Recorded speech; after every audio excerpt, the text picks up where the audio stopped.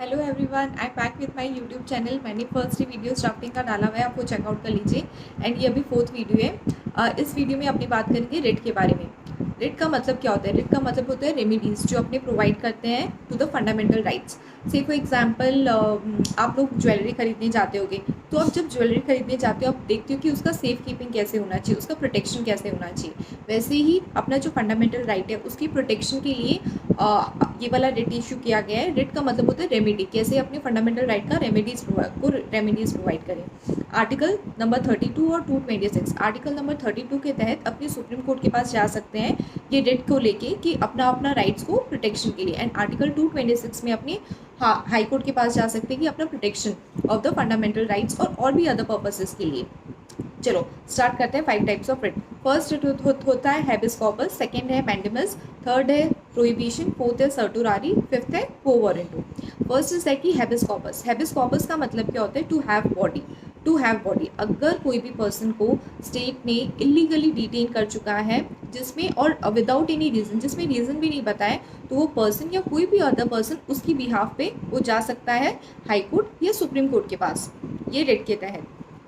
अगर हाँ एक और बात अपनी है ना, फर्स्ट अगर ये ज़रूरी नहीं है कि अपनी है ना सिर्फ फर्स्ट हाई कोर्ट के पास जाएंगे फिर सुप्रीम कोर्ट के पास जाएंगे। अपने सुप्रीम कोर्ट के पास भी जा सकते हैं, पर अपने को बताना पड़ेगा कि क्यों पहले अपने हाई कोर्ट के पास नहीं गए और अब भी डायरेक्टली अपने सुप्रीम कोर्ट के पास आए हैं।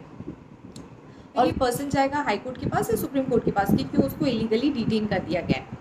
फिर अगर हाँ ये बात भी है, आप अपनी ये प्रोटेक्शन तो प्रोवाइड करता है, पर अगर कोई प्रिजनर जानबूझ के ये रिट मतलब उसकी खुद की गलती के लिए या फिर टू मतलब सुप्रीम कोर्ट या हाई कोर्ट को के आंख में धूल झोंकने के लिए ये ऐसे ही रिट इशू किया गया है, तो इसमें पनिशमेंट भी है उसको। As per the contempt of court act 1971 के तहत अगर उसने डिसोबे किया ये रिट का, तो उसको पनिशमेंट भी मिलेगा। रिट ऑफ मैंडेमस सेकेंड है। रिट ऑफ मैंडेमस का मतलब क्या होता है? To command. इसका मतलब होता है कि अगर अपने कोई भी पर्सन को या फिर कोई भी इंफीरियर कोर्ट है या फिर कोई भी कॉर्पोरेशन को अपने क्या करता है, उनको कमांड दिया जाता है in order to perform the public duty.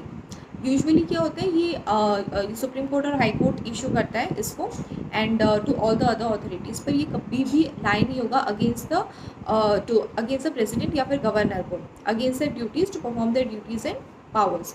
फिर आ जाएगा अपना ये थर्ड रिट है प्रोहिबिशन, और फिर सर्टुरारी फोर्थ रिट है। पहले मैं सर्टुरारी बता देती हूँ, आपको प्रोहिबिशन अच्छे से समझ में आ जाएगा। सर्टुरारी का मतलब क्या होता है कि कैसे ये सुप्रीम कोर्ट और हाई कोर्ट ये इशू कर सकता है टू द लोअर कोर्ट। अगर लोअर कोर्ट तीन चीज़, अगर उन्होंने in excess of jurisdiction perform किया है, या फिर अगर उन्होंने बियॉन्ड द जुरिसडिक्शन परफॉर्म किया है, या फिर अगर कोई भी प्रोटेक्शन हो रहा है नेचुरल जस्टिस का, तो फिर हाई कोर्ट या सुप्रीम कोर्ट वॉश कर देगा orders of the lower court अगर उन्होंने ये तीन कंडीशंस फुलफिल किए हैं तो। फिर आते हैं ये प्रोहिबिशन। प्रोहिबिशन का क्या होता है? प्रोहिबिशन का मतलब होता है टू फॉरबिड।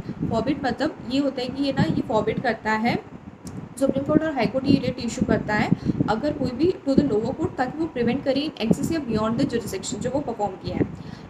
ये इसमें ये है कि ये कब रेट ऑफ प्रोहिबिशन कब पास होगा? अगर अपना कोई भी केस पेंडिंग है या फिर कभी ऑर्डर जब अब तक नहीं हुआ है तभी वो पास होगा रेट ऑफ प्रोहिबिशन। फिर एक ही रेट ऑफ क्वो वारंटो, ये सबसे लास्ट रेट है। इसमें मैं आपको एक एग्जांपल देके बताती हूँ। से फॉर एग्जांपल एक टीचर है, ठीक है।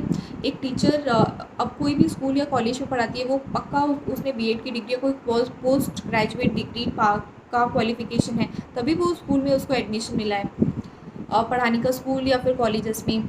तो अगर कोई भी एप्लीकेंट या फिर कोई भी पर्सन को अगर वो देखेगा, मतलब अगर वो चाहता है कि वो टीचर प्रॉपर्ली क्वालिफाइड है या नहीं, तो वो आस्क कर सकते हैं उसको कि आपका क्वालिफिकेशन बेसिस क्या है और प्रॉपर उनका क्वालिफिकेशन है या नहीं। तो ये रेट हम लोग इशू कर सकते हैं 3 पॉइंट, अगर ये 3 फॉलोइंग पॉइंट्स हैं। फर्स्ट इज दैट कि से फॉर एग्जांपल अगर मेरा कोई भी ऑफिस पब्लिक इन नेचर है। सेकेंड इज दैट कि अगर मेरा कोई भी office substantive in nature it is been made by the statute और द कॉन्स्टिट्यूशन के अंडर है। और फिर थर्ड है कि अगर मेरा कोई भी रिस्पोंडेंट, अगर वो इट इज़ अज्यूम दैट कि अगर वो रिस्पोंडेंट वो इंचार्ज में नहीं है ऑफिस के, फिर भी वो ये रिट इशू कर सकता है। रिट के तहत कोई भी जा सकता है हाई कोर्ट या सुप्रीम कोर्ट और जानने के लिए कि कौन सा कि वो जो पर्सन है वो वो किस बेसिस पे वो पब्लिक ऑफिस पे काम कर रहा है, क्या उसका क्वालिफिकेशन है, वो कहीं ऐसे ही तो मतलब विदाउट एनी क्वालिफिकेशन तो वो पब्लिक ऑफिस में काम नहीं कर रहा है। तो ये बस ये इसका मेन मोटिव है ये क्वो वारंटो रिट का। ये रिट इशू है जानने के लिए कि कौन से बेसिस पे, क्या क्वालिफिकेशन के बेसिस पे वो इंसान पब्लिक ऑफिस में काम कर रहा है। ये पांचों रिट हो गए। फिर ये पांचों रिट के तहत अपनी सुप्रीम कोर्ट या हाई कोर्ट जा सकते हैं। इसका जो ड्राफ्टिंग होगा मैं आपको नेक्स्ट वीडियो में बता दूंगी कि कैसे इसका ड्राफ्ट करते हैं। ये अपना chapter number 10 of art of writing opinions के तहत है।